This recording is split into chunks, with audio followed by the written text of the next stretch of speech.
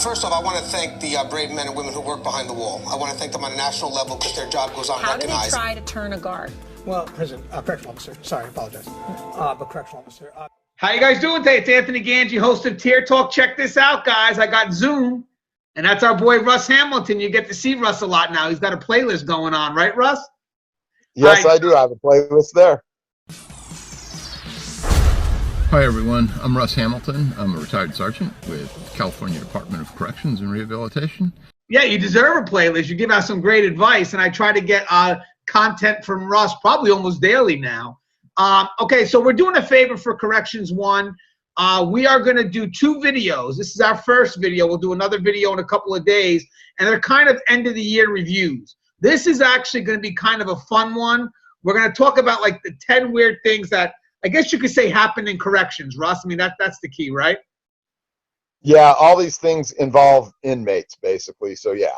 Yeah, for the most part. So these are 10 unique stories that happened in 2018, and we have one more 2018 review that's going to come to you in a few days. We're going to go through this, edit this up first, get this up for this Friday on Corrections 1, and then we'll work on the next one.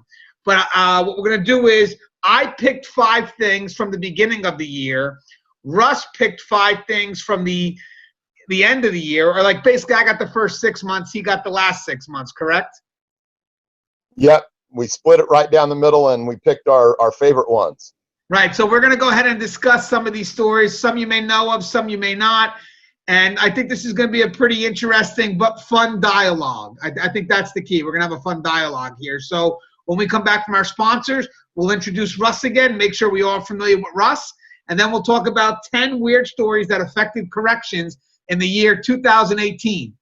All right, guys, stand by for our sponsors. And guys, if you haven't, don't forget, Tier Talk is a show for you brave men and women that work in corrections. So please subscribe, interact on those community boards, and don't forget to hit that bell when you subscribe. That bell is going to notify you every time I post up a video.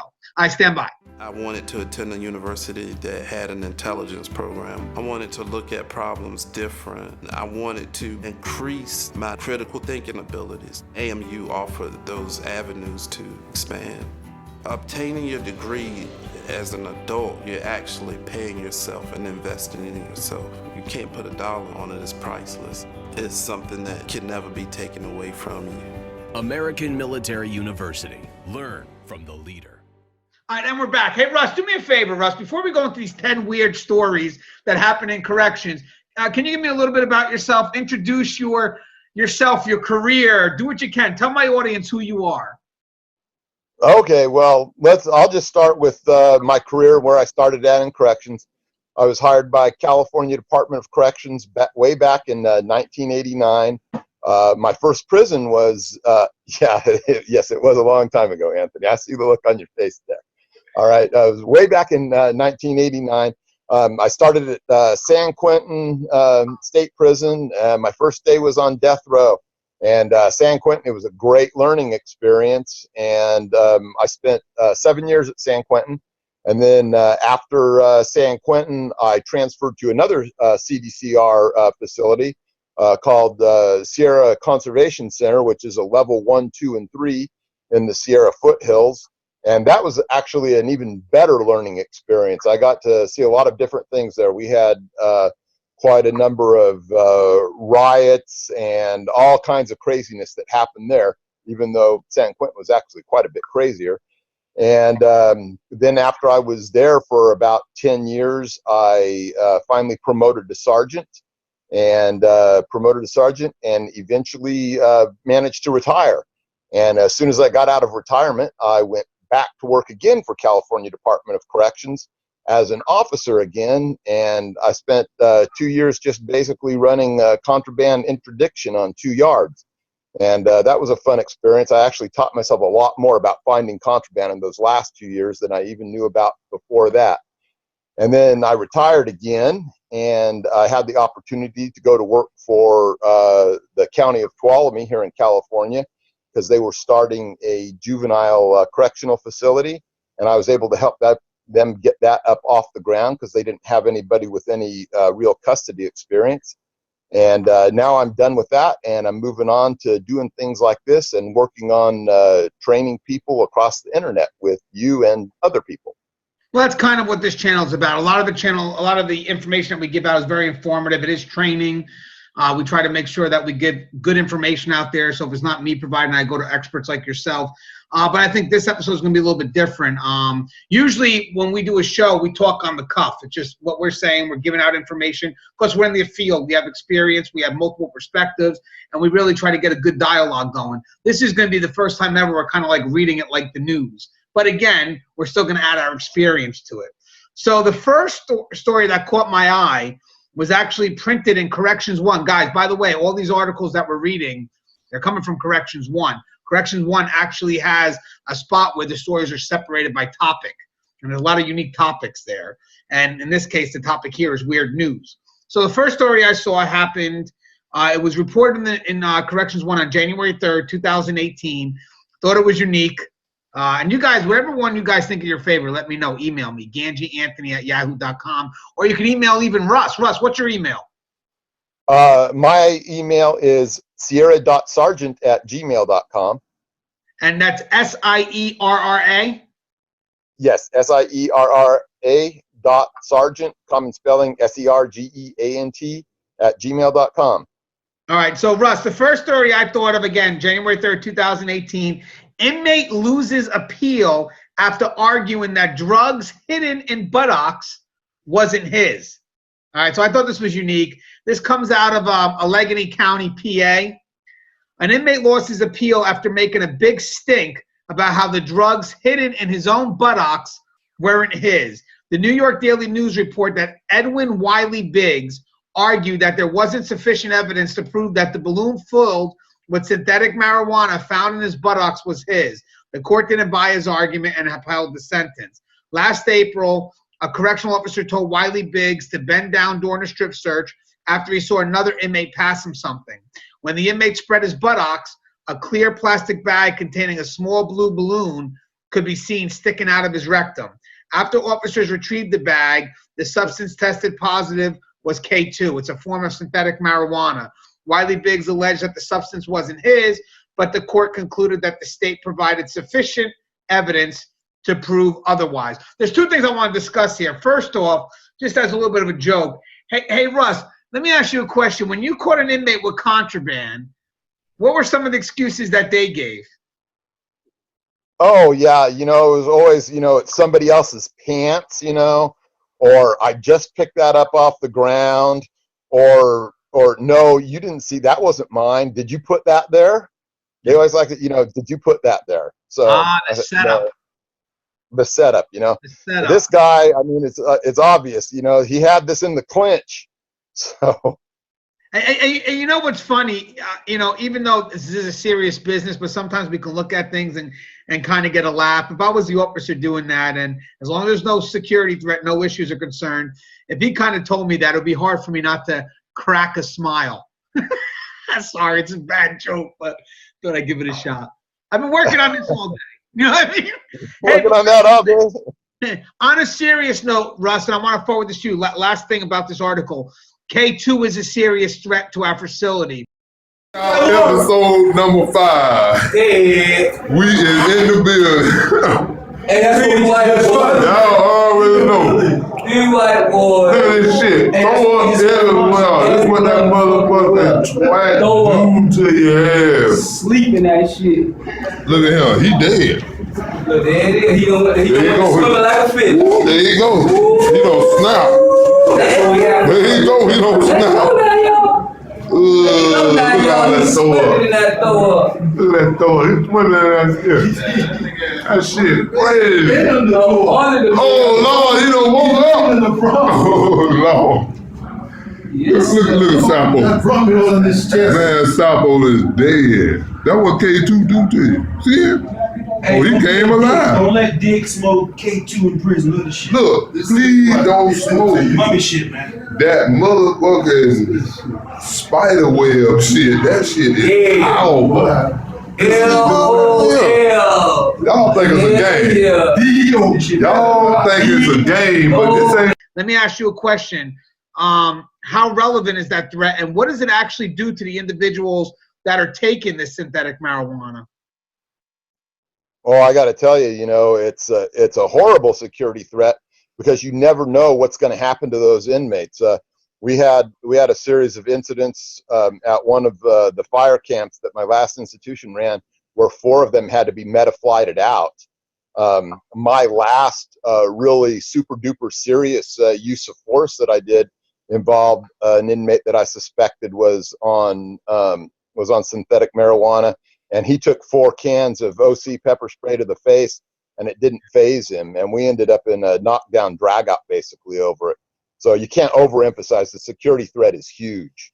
Yeah, and like you mentioned, it's not just huge for the person that's taking it. Obviously, that's a major threat, but it's also huge for the people that have to handle that individual because the normal restrictive holds, they're not working. The normal things that we would utilize to de-escalate, not working. Yeah, they feel no pain. There's no sensation there. There's no reason for them to stop what they're doing. And it was, let me tell you, it was really quite the moment in time where you've got all that slippery pepper spray and everything, and you're trying to corral the individual. It was very, very tense, touch and go there for a couple of minutes.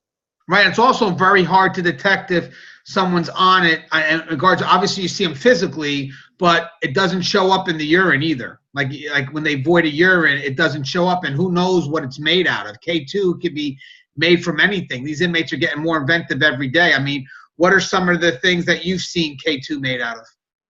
Well, I've had it pointed out to me that they go so far as to use things like rat poison or Raid. And there, obviously, there's no regulation over it. So it's just whoever wants to try and sell something at the moment. If they're looking to score something else, they'll run out there and spray anything, dry it out in some potpourri and sell it as whatever. They don't care. They're just looking to get their next little bit of money to score on something real, they think. Again, on a serious note, the reason why I picked this article is one thing is I thought it was pretty unique for someone to say that something in his butt wasn't his or not enough evidence that it's his, but also how relevant K2 is as a threat and how desperate some people are in getting that into our facility and how hard that is to detect. I'd like to also, outside of the joke here that was done, the officers did their job. They saw the passing of the K2 and they did a thorough search and they found it. So bravo to the officers. Absolutely. You start doing something like that and finish it up, make the play, and it's successful for them. All right, so number 2, the second story comes out of Florida.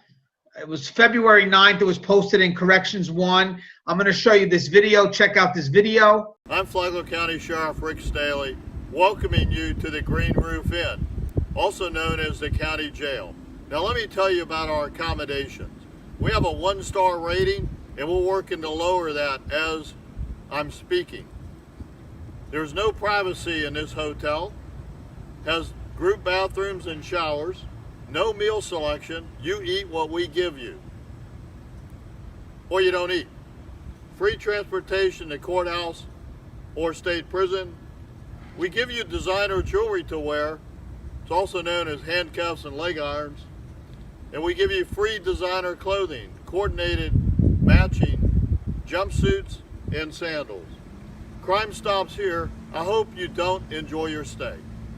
I'm Flagler County Sheriff Rick Staley, and I hope you did not enjoy your stay at the Green Roof Inn. I don't want you to come back. Don't get arrested by a deputy again. Stay crime-free. But if you must commit another crime, know that the light is on and we have a bed waiting for you. Enjoy your freedom. Stay crime-free. Okay, now, the title of this article is Vacancy Sign Flashes at Florida Jail Dubbed the Green Roof Inn. A Florida sheriff says rooms are available and a new retro neon sign purchased with drug-seized assets features a blinking vacancy light. So again, this comes out of Bunnell, Florida, and this is the article. I thought it was actually a joke, but it's not a joke. I was able to find the video on YouTube. Looking to stay at the Green Roof Inn?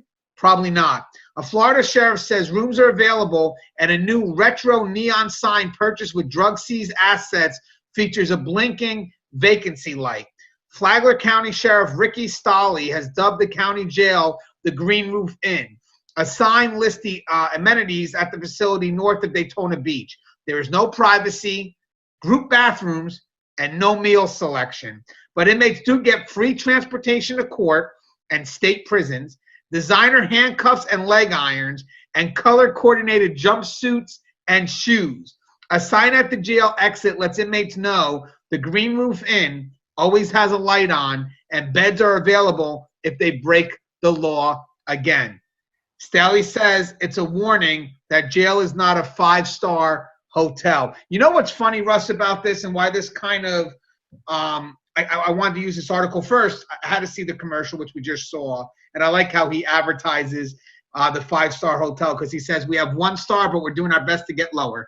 But the point is, some people actually consider, this is the weird thing, a lot of people may not agree with me on this, but it's true, that jail life is a better life compared to what they have on the street. So it's kind of been an issue where jails and prison in itself is not enough to deter.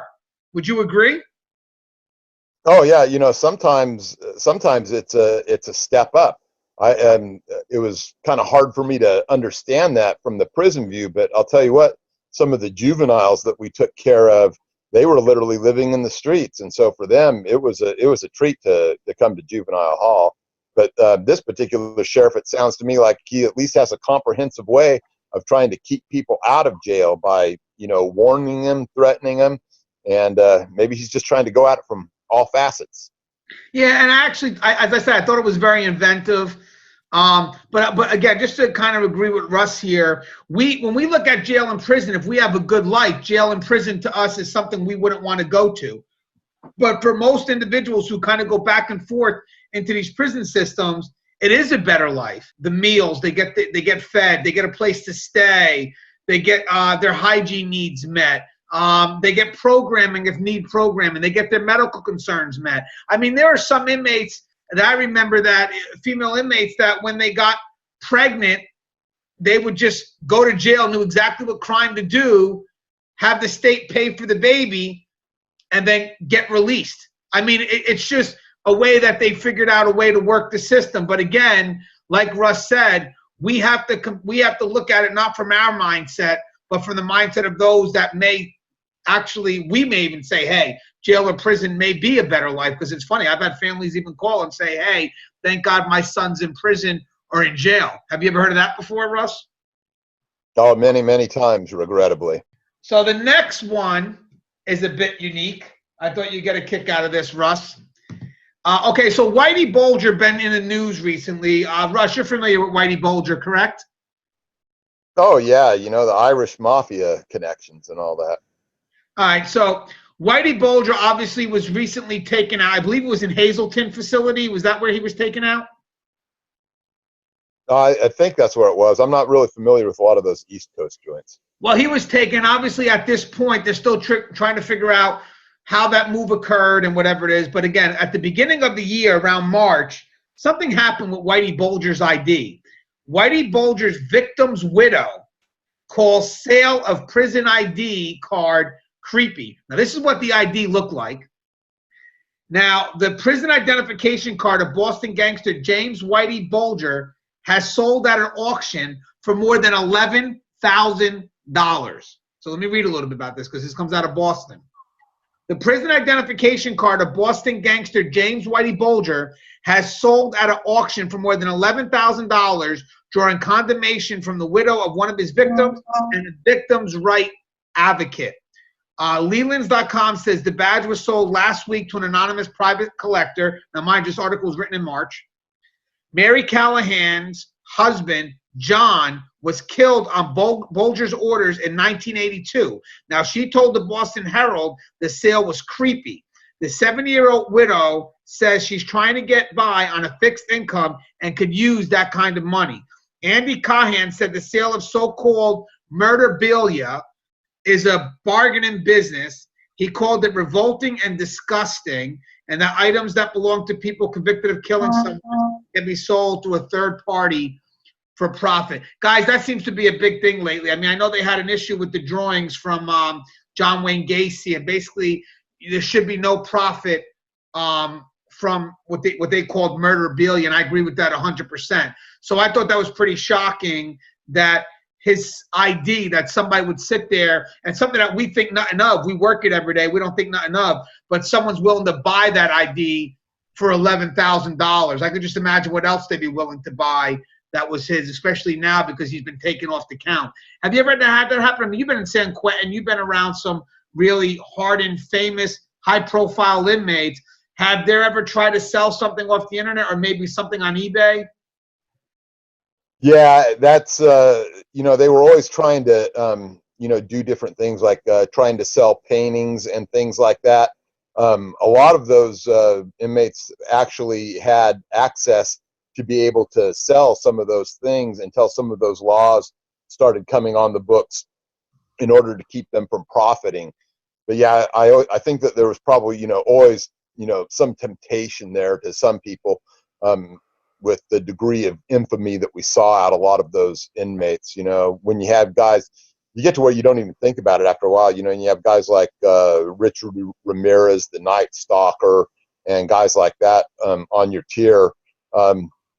Yeah, I can see how somebody in this day and age where you've got eBay and that kind of access to stuff, where that temptation would come into play.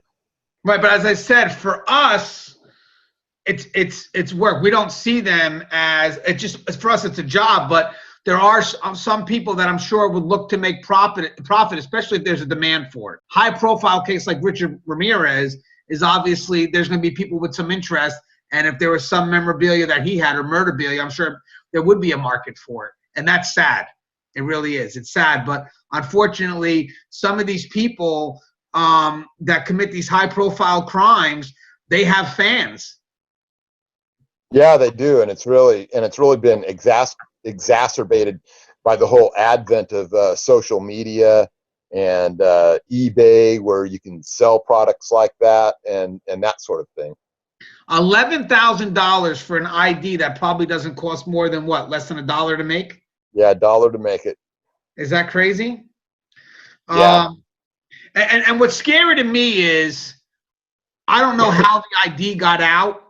Maybe he mailed it out. I mean, I don't know. I mean, that could be hard to check because most of the time we may not check mail going out unless there's a need to. But most of the time the mail that goes out usually goes out unchecked. But unfortunately, there could be some times where we ourselves, staff, and we should be better than that, get a hold of inmates' property and then sell it. And that's unacceptable. And if you're doing that, it needs to stop. All right, so the other story I picked, I'm on number 4. Now, Russ, you have your phone in hand for your stories, correct? Oh no, you're using your phone to record. I printed mine out. Okay, so you're gonna be reading these. Oh yeah, absolutely. Yeah, of course. My number 4, and this was found in April, comes from Colombia.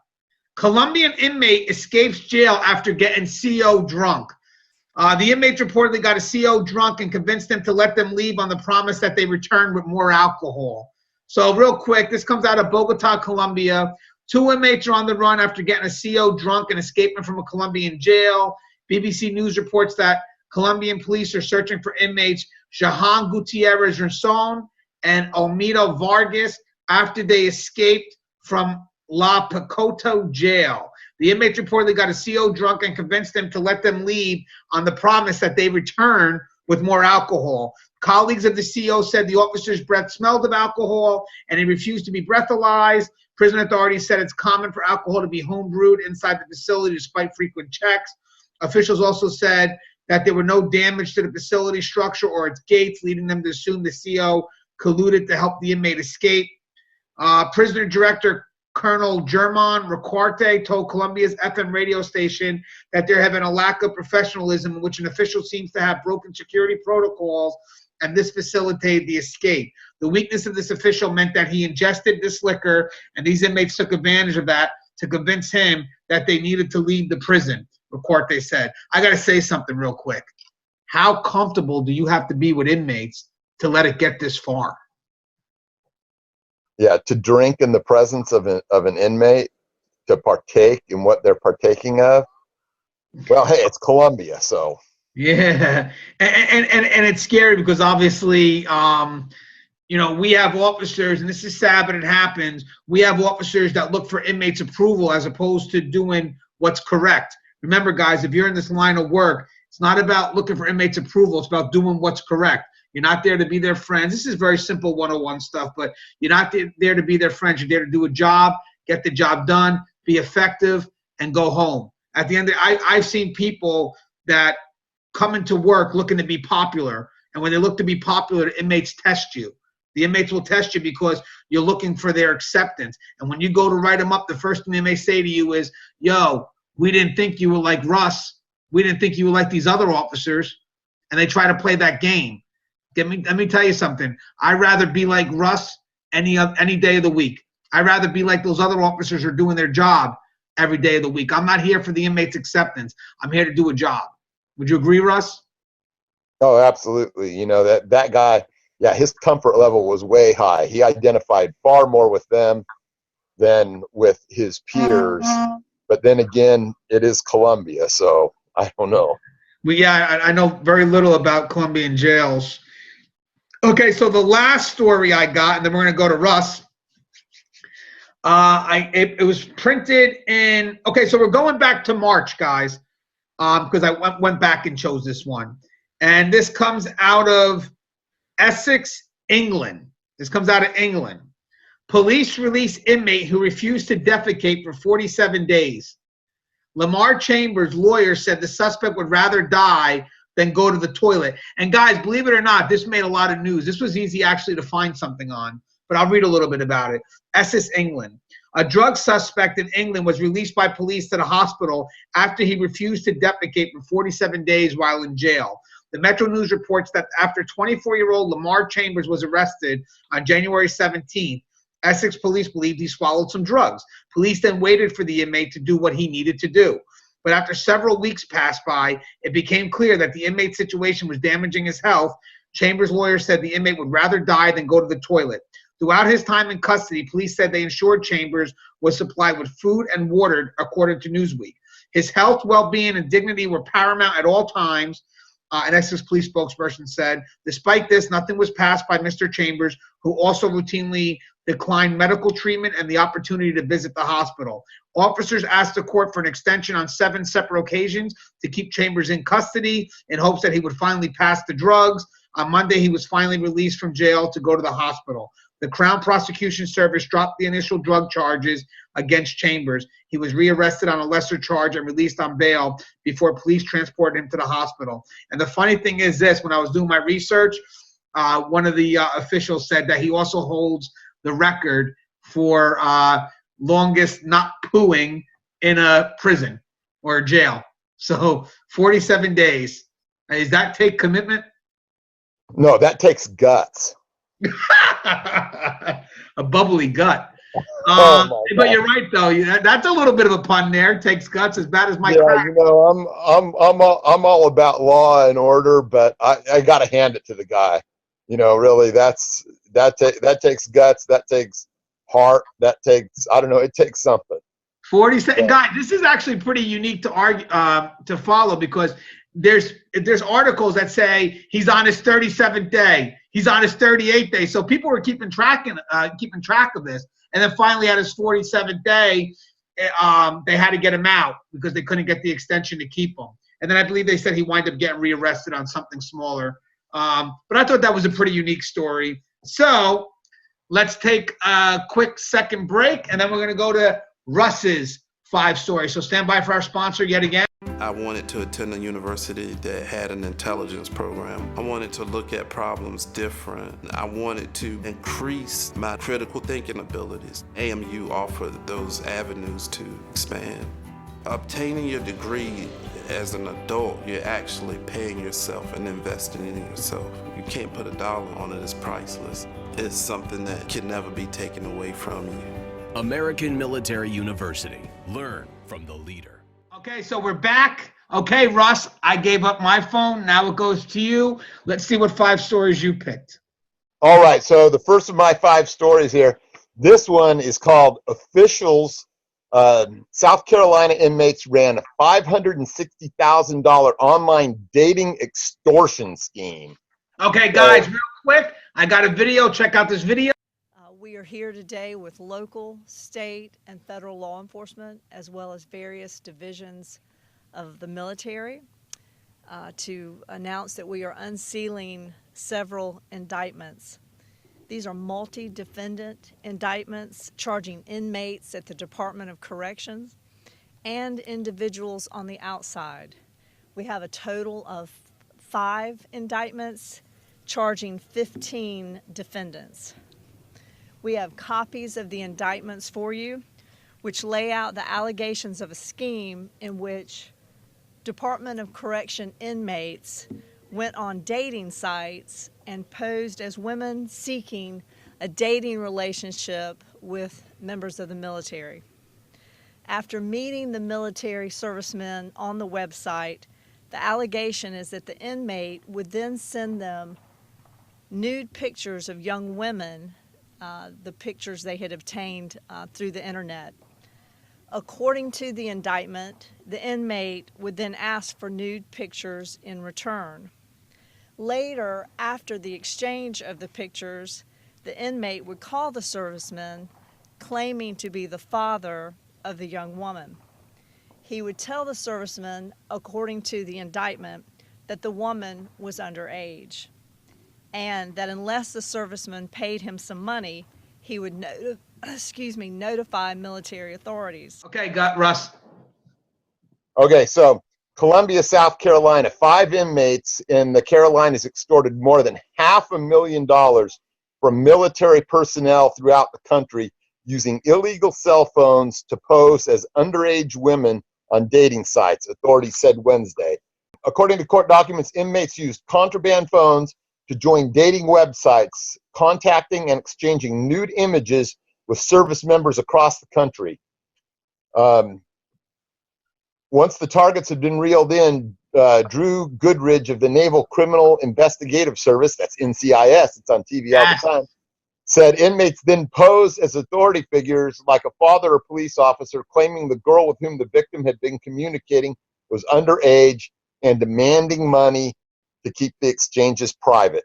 So here you've got, it's just, blatant extortion from inmates inside prison who have access to cell phones, using social media to pretend they're underage girls, to lure these military guys into these positions that they shouldn't be in, obviously, but they did it, and so they put themselves in a position to be vulnerable and extorted.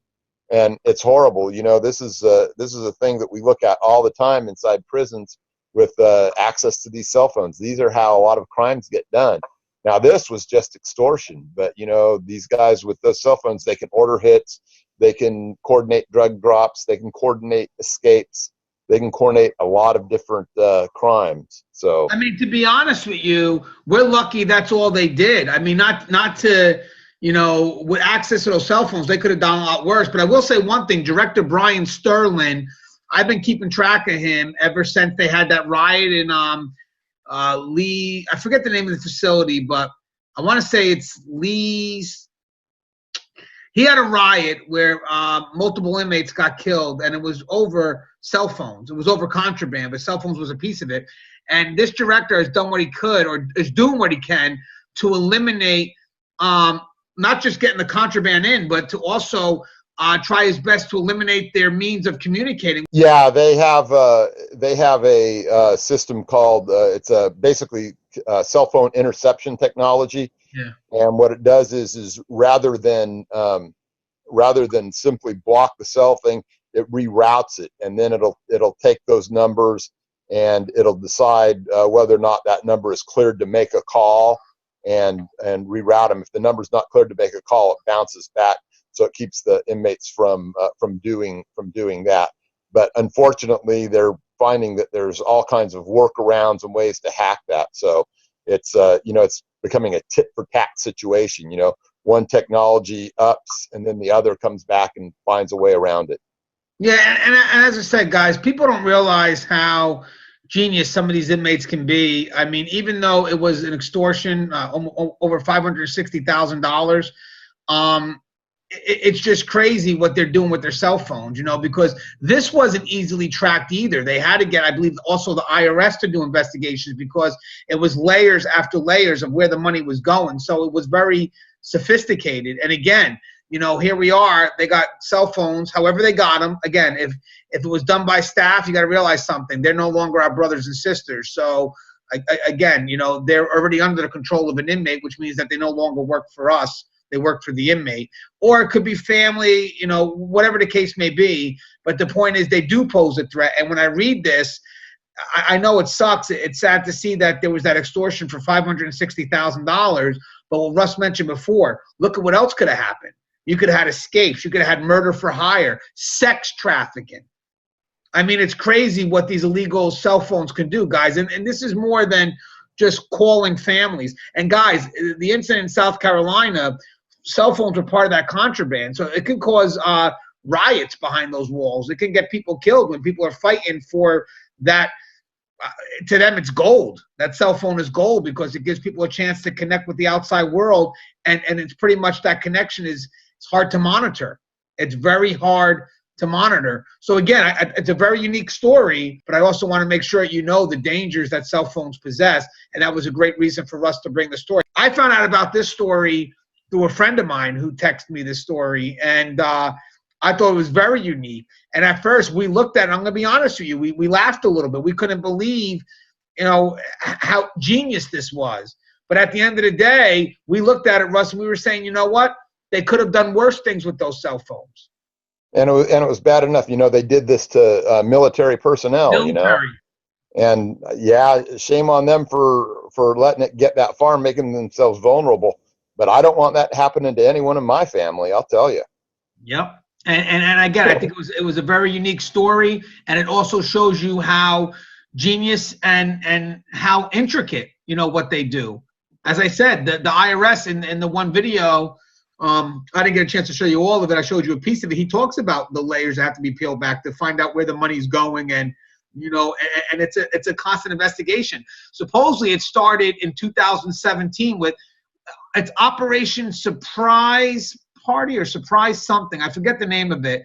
It's Operation Surprise. So it started back in 2017, and the case is still ongoing. So it's a very complicated case. But again, let that complication show you how genius these inmates can be when it comes to using these cell phones. I mean, again, they hacked on the people's accounts, took pictures from people's accounts, used those pictures to entice the men, and then quickly pretend that they're the fathers of these underage females. And there's so many levels of intelligence with how that was done. And again, it's sad. And it all starts with that one cell phone being smuggled in.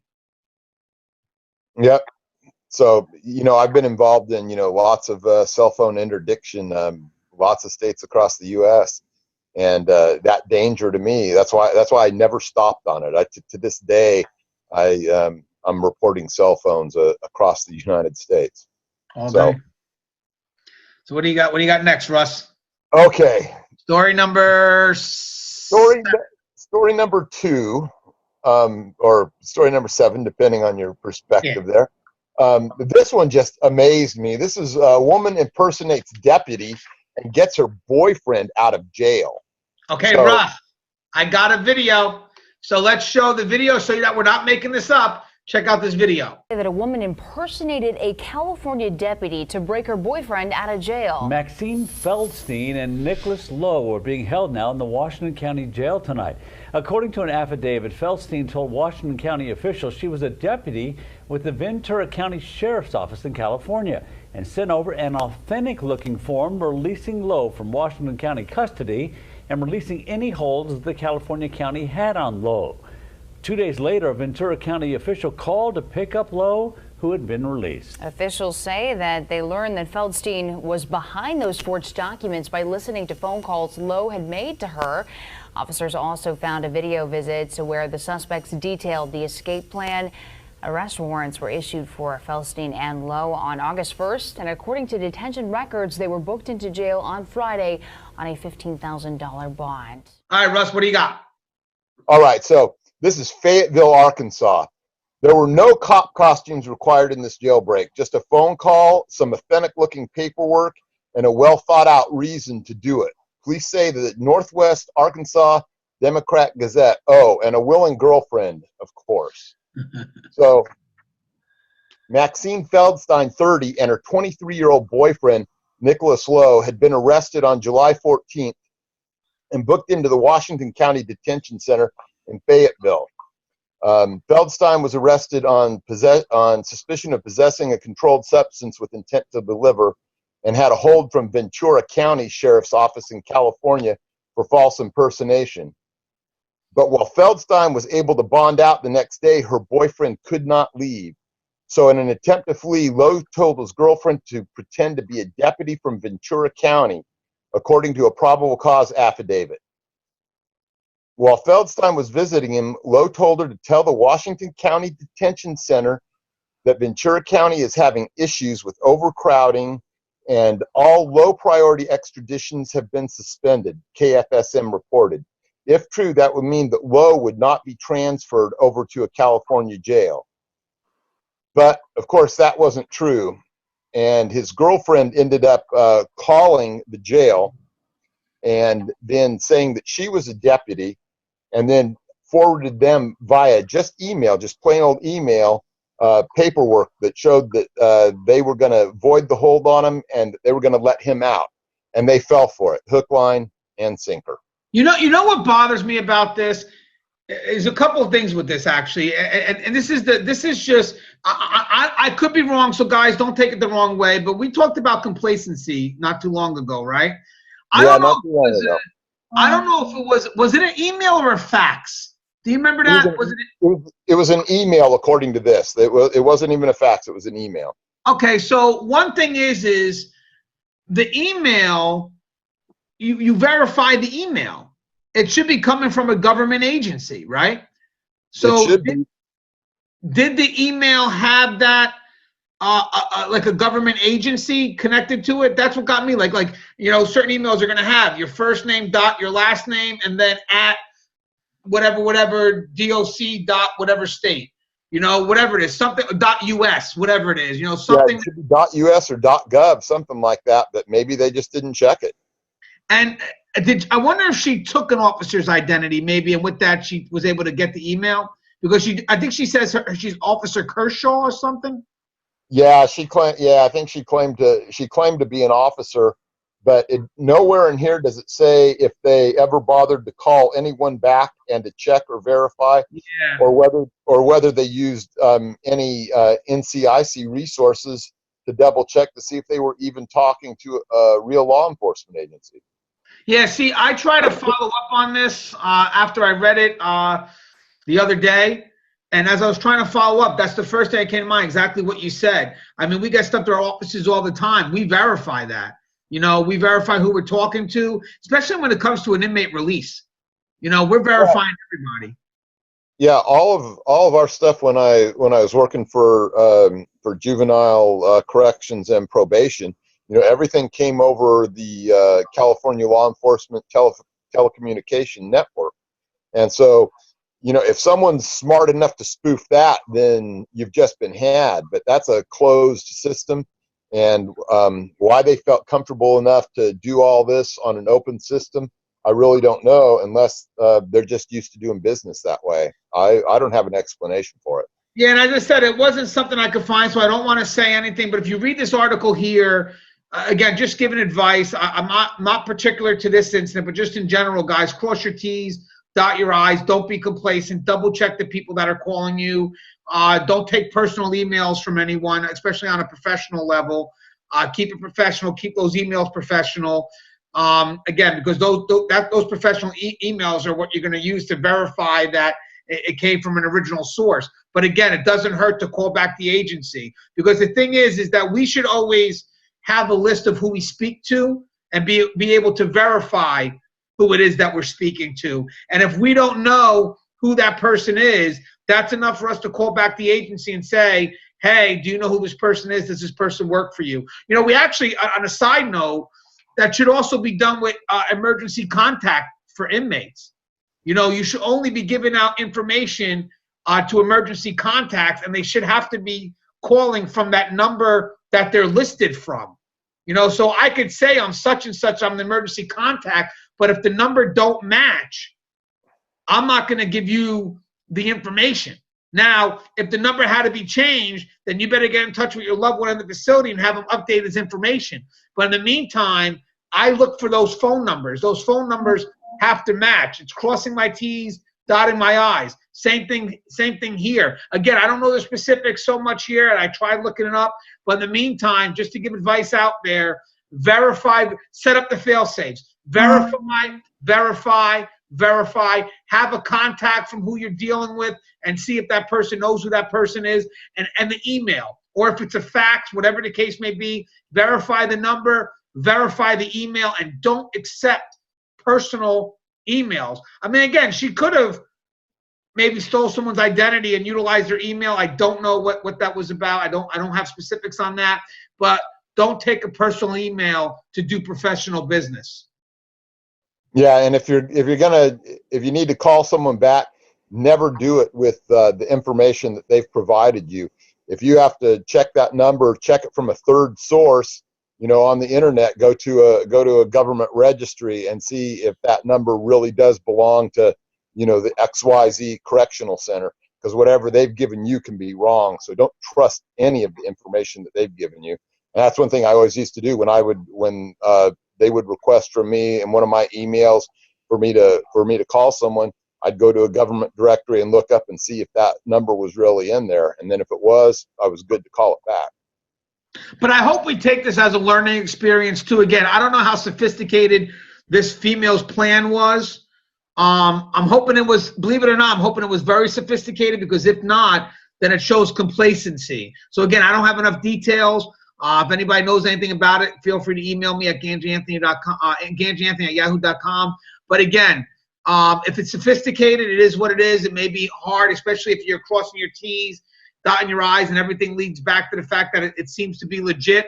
But guys, if you go to check it now and you find out that just that first attempt to check it, something doesn't seem right, whether it's a personal email or the number that was faxed, or it's not a number connected to any agency, or this person doesn't exist, no one knows about them from this agency, then we fail to do our job. I'm talking about you have to go through every fail safe.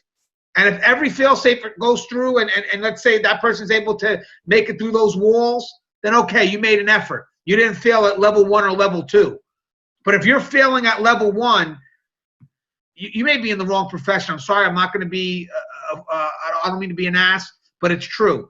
These fail safes are put in place for a reason. And in my mind, if you're complacent, you're not going through all those fail safes.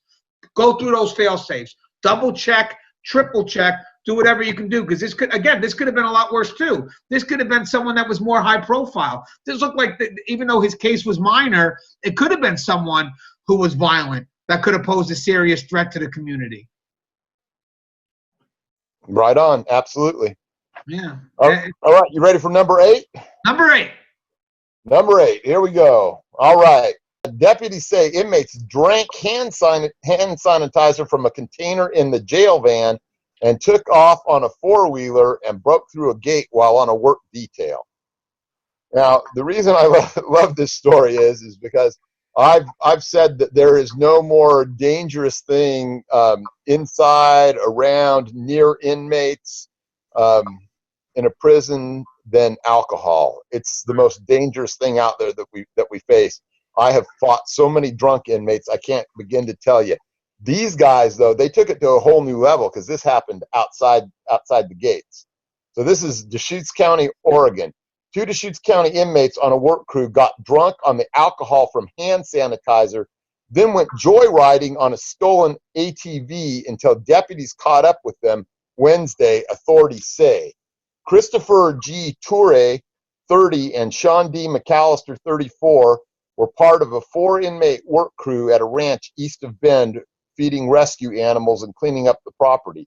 At some point, Toure and McAllister drank sanitizer from a container in the jail van, took off on a sheriff's office 4-wheeler, and broke through a ranch entrance gate on their way off the land, the sheriff's office said. It's not clear from the sheriff's office how much hand sanitizer Toure and McAllister drank, nor if the other 2 inmates drank any. The amount of alcohol in hand sanitizer ranges from 45% to 95%. according to the American Association of Poison Control Centers. Wine has 10 to 15% alcohol, and beer contains 5 to 10%. Most hand sanitizing products have more than 60% ethyl alcohol, which is found in beer, brandy, and whiskey. I'll tell you something right now. If that again, something normal that we wouldn't think nothing above, but again, we have to look and what can we learn from this? I'm assuming now there's going to be no more hand sanitizer. Right? You know, that was one thing that I always kept really close to the vest, especially when we were at the juvenile facility, because juveniles are apt to do anything. They would grab it and guzzle it if they could. We had a lot of reports at the prison of guys that would add salt to it in order to liquefy it, and all of the gelatin would flow to the bottom and all the alcohol to the top. But we usually only kept hand sanitizer inside the medical facilities. That's one thing that you really had to watch. But nothing more dangerous than alcohol. I tell you what, I've fought so many drunk inmates I can't even begin to tell you. But these guys, imagine how this would have gone if they had gone on that their little four-wheeling joyriding adventure and killed somebody. Yeah. And that would have been all over this alcohol. And I'll tell you what, whenever I saw hand sanitizer anyway, I always made sure it was secured, because I knew this kind of thing could happen. It's bad enough if you end up poisoning a juvenile or an adult inmate, but then to have someone get drunk and hurt someone else, that's very, very negligent. Well, yeah, and as I said, I mean, even though there's a little lightheartedness to the weird news, we're always going to bring it up to the extreme, because in our profession, we have to worry about that extreme. We have to worry about the worst case scenario, because we're going to be held responsible if something happens, and we can't say we didn't know about it. That's our job. Our job is supposed to be, I always say universal precaution, but we always have to be aware of that worst case scenario. So in this case here, I think it's somewhat unique. I'll be honest with you. I mean, hand sanitizer, I wouldn't think of it, even though I know it has alcohol, as you said, how they're able to bring the alcohol to the top. But again, the concern would be now, for me, obviously, is not for the agency to take it and learn from it. So if it was to happen again, or for other people that read these articles now, because as I said, these stories are brought to light, not just for that independent agency to learn, but other agencies to read and see, holy crap, maybe we need to do something with our hand sanitizers. So the thing is, if it happens again, you know, we have to say, well, you know what? This happened somewhere else. We should have done something about it at our facility. Why didn't we do it? So sometimes it's good to read these stories, because, again, what happens in Oregon can easily happen at our facility. So here's a quick question. What are you guys doing with your hand sanitizers? Do inmates have hand sanitizers? Hopefully they don't, because it has alcohol. But again, each facility operates differently. Are hand sanitizers accessible to the inmates? You know, can they walk by like an infirmary, and can they, utilize hand sanitizer? So again, you learn. That's the key. And if this agency, go ahead. Yeah, I was gonna say part of what we do here day in and day out, through Tier Talk and everything, is to make people aware, because some people aren't aware of the potential that this has for use and abuse. You know what's great? If you guys like this format, I can do that. We can read news articles every Friday. We could talk about what's happened during the week, stories that are top notch, and maybe we can use that to reflect. See if there's something that we need to, because again, what happens in one state can easily happen in your own state. Whatever happens at one county jail can happen at your county jail. All right, so what do we got, Russ? Okay, the next one, because I just love the way this one sounds. This Georgia inmate escapes and goes to IHOP with mom. Yeah, so, beautiful story. So this guy, I mean, he wasn't shooting for the moon or nothing. Joshua Galat was cleaning bathrooms at the jail when he slipped out a side door and through a gate. You better believe, and boy, that's a horrible play on what they were doing, that you better believe this man is headed back behind bars. Officials in Coweta County said an inmate escaped late Monday night, and with the help of his mother, so she was standing by ready to get involved in this, fled to a classic late-night food destination known for its pancakes, IHOP. Joshua Galat was serving a sentence in Heard County for burglary and was cleaning the bathrooms at the jail at about 11:30 p.m. when he slipped outside a door and through a gate. Heard County Sheriff's Office investigator Sergeant Dan Boswell told Channel 2 Action News.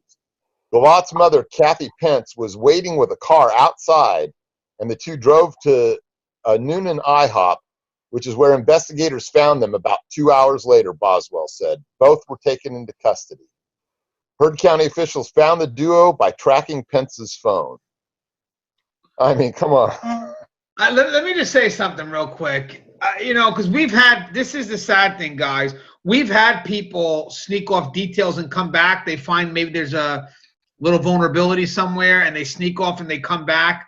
Obviously, this was planned. We know it's planned. The mother's on the outside waiting for him. But I'm thinking was this the only time they ever did this? I'm thinking probably not. Yeah. But, you know, the other thing that I'm thinking is, you know, he really is setting his sights low. If I'm escaping, I'm not going to IHOP. I'm going to Disneyland. Well, That's what I'm thinking. And Russ, the funny thing is that they knew about it, which means I think that this inmate, I could be wrong, again, we're just guessing, but, you know, there's been stories a lot of times where people, you know, again, usually, believe it or not, it's usually the inmates that are in minimum security, the ones that have a little bit more freedom, that take off from these details because they're free, and then they come back. You know, I've read stories where, you know, they take off from their detail, they go meet up with their girlfriends, and then they come back just in time for that count. So I'm thinking, like in this case here, this either happened before and now they're trying to catch him in the act, or well planned because he knew exactly this was dead time, you know, where he could do something and then come back. And again, you're right, he went to IHOP. That's what makes me think that this may have happened before. He didn't try to leave the state. He went and grabbed something to eat with his mother, which means, in my opinion, he met with his mother, and maybe if they didn't catch him, he would have came back. Yeah, I mean, this might not have been the first. This might have been the 10th, for all we know. But again, we're just, you know, guys, we're trying to find some of this information. Sometimes these stories there's no follow up on, but I just think, just with some experience, I would love to get your thoughts. You know, do you think it's only the first time he did this, or is this done before? And guys, I'm sure we worked at facilities where, you know, these minimum security inmates, sometimes they take off and they come back, but when they take off, they go to visit their girlfriend or whatnot, and then they come back. And it's like we don't pick up that they're missing, which is crazy. And they know exactly when they can take off and come back. They know exactly the time frame that they can utilize. And that happens a lot, Russ. Oh, it does. We had my last facility. We ran a series of fire camps from the Mexican border all the way to Central California. And, you know, those bush visits happened all the time. You know, guys sneak, you know, off grounds and back on grounds. Usually they're not gone for more than an hour because we do have a lot of counts. But it did happen, and it happened all the time. Yeah. All right, Russ. So this is the 10th and final story. 10th and final story. Florida prisoner kills cellmate, goes to breakfast with victim's ear on necklace. So, yeah, that's it's pretty gruesome.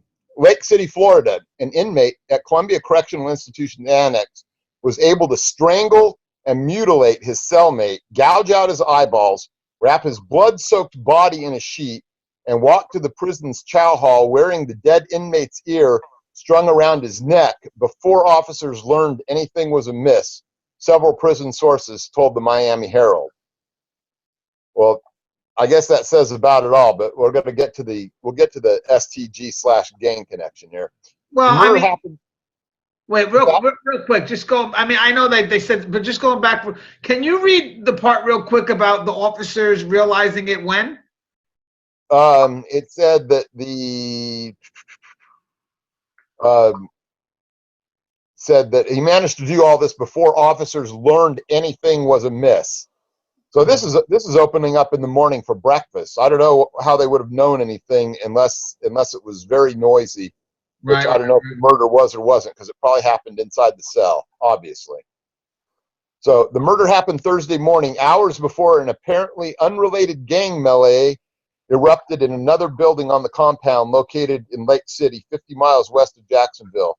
In that disturbance, two gangs, Bloods and the Cutthroats, began stabbing each other with knives in a clash over smuggled contraband. Oh, again, we're back to the contraband. Only one officer was in the control room, responsible for supervising scores of inmates at the time it happened in G dorm of the main building, one of the sources said. Larry Mark was serving a life sentence for murder when he was killed by his cellmate Thursday. Thursday's murder happened in the prison's annex, a building separate from the main building where the armed battle took place later in the day, the source said. So the only question I would have here is, again, we're not going to be able to have the answer on it, but I wonder if the annex uses the same staff.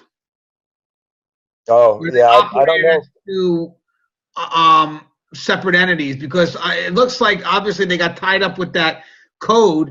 But the thing is, if we had a code like that, we'd be on lockdown. But I don't know if they run it as two separate facilities. Yeah, I'm not, and it's hard to say what the exact proximity and time was between them. But Right. either way, it looks like they're understaffed and overworked. And this guy, man, I tell you, what kind of a person must you be to strangle and pull a guy's eyeballs out and then cut the ear off and then turn it into a necklace and then walk out the door and be on your way to breakfast. And you know what's funny about that? That's like the poster boy for why we need segregation. Because now, let me ask you a question. After he commits a crime like that, right? And you have that on his record, house him with someone else and then see if he hurts someone else. You know the liability? I would never house that guy with a guy ever again. He's single housing. But then again, he's doing life. Maybe that's what he wanted. I thought this was great because we're able to learn a little bit from the stories, and obviously go ahead if you have to make any changes. Hopefully we learn enough to make the changes that are needed. In the meantime, Russ, I want to thank you for always coming on, and we're going to be sending this to Corrections 1. I'm always glad to be here. Anything you'd like to say in closing? I just want to tell all of my brothers and sisters in correction to stay safe out there. All right, guys, I'm going to go through some edits, and I'll try to have this posted up as soon as possible. As always, Russ, it's always a pleasure. I'll see you in a few days for the next whatever we're going to review in 2018, year in review. Right on. I'm down for it, Anthony. All right, take care, brother. All right, bye.